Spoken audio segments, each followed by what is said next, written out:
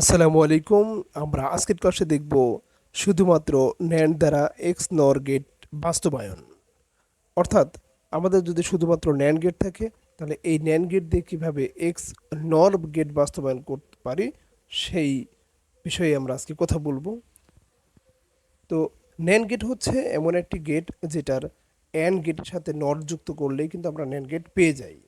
অর্থাৎ এখানে ইনপুট এ এবং বি হলে এ বি গুণাকারে থাকবে এবং উপরে একটা নট গেট থাকবে।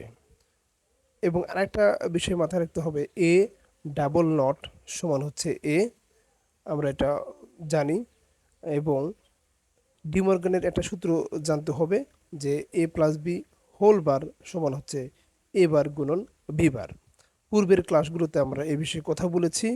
ডিমর্গানের দুটি সূত্র রয়েছে, এটা হচ্ছে এ প্লাস বি হোল বার সমান এ বার গুণন বি বার, যোগ থাকলে গুণ হবে, এবং অন্যটা হচ্ছে এ বি হোল বার সমান হচ্ছে এ বার যোগ বি বার।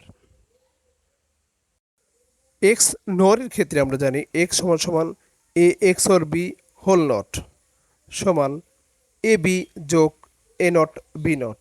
অর্থাৎ যদি আমরা শুধুমাত্র মৌলিক গেট দিয়ে বাস্তবায়ন করতে চাই তাহলে লিখতে পারি এ বি যোগ এ নট বি নট। এটাকে যদি আমরা নেন গেট দিয়ে বাস্তবায়ন করতে চাই তাহলে মাঝখানের যে প্লাসটা রয়েছে সেটা উঠাইতে হবে। তো মাঝখানের প্লাসটা একমাত্র আমরা ডিমর্গানের সূত্র ব্যবহার করেই উঠাইতে পারি। ডিমর্গানের সূত্র ব্যবহার করতে গেলে অবশ্যই আমাদের দুইটা চলকের মাঝখানে একটা হোল নট বসাইতে হবে।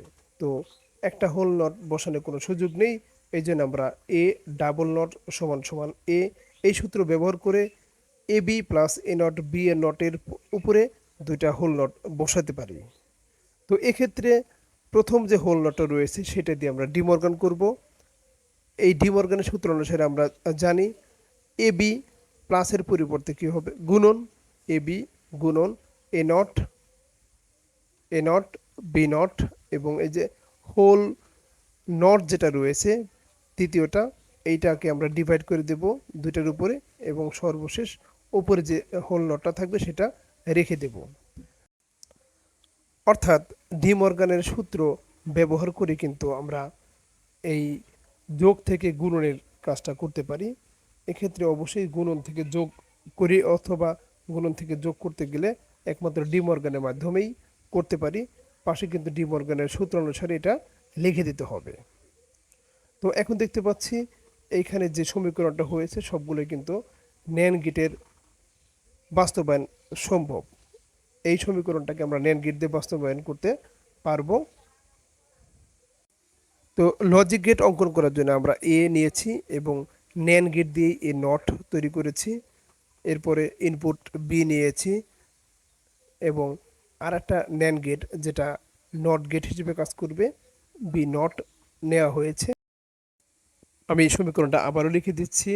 সমীকরণ পাবো এ বি হোল নট গুণন A not B not whole not, এবং সর্বশেষ হচ্ছে আর একটা হোল নট। তো এইটা যদি আমরা লজিক গেট দিয়ে বাস্তবায়ন করতে চাই তাহলে এ থেকে একটা ইনপুট নিয়ে আসবো, বি থেকে একটা ইনপুট নিয়ে আসবো, এবং যেহেতু এটা গুণ আকারে আসে একটা অ্যান্ড গেট দেবো, এবং তার উপরে নট থাকার কারণে একটা নট দিয়ে দেবো। এবং একই রকমভাবে পরের যে ইনপুটটা এ নট থেকে নিয়ে আসবো, বি নট থেকে নিয়ে আসবো, এবং উপরে একটা নট দিয়ে দেব, এবং সর্বশেষ দুইটাকে আবারও গুণ করব, গুণ করে একটা হোল নট দিয়ে দেব। তাহলে এভাবে কিন্তু আমরা খুব সহজেই শুধুমাত্র ন্যান্ড গেট ব্যবহার করেই মৌলিক ন্যান্ড গেট ব্যবহার করেই এক্স নর গেট বাস্তবায়ন করতে পারবো। আশা করি সবাই বুঝতে পেরেছি। ধন্যবাদ সবাইকে। সাবস্ক্রাইব লাইক শেয়ার করে পাশে থাকবেন। ভালো থাকবেন। আল্লাহ হাফেজ।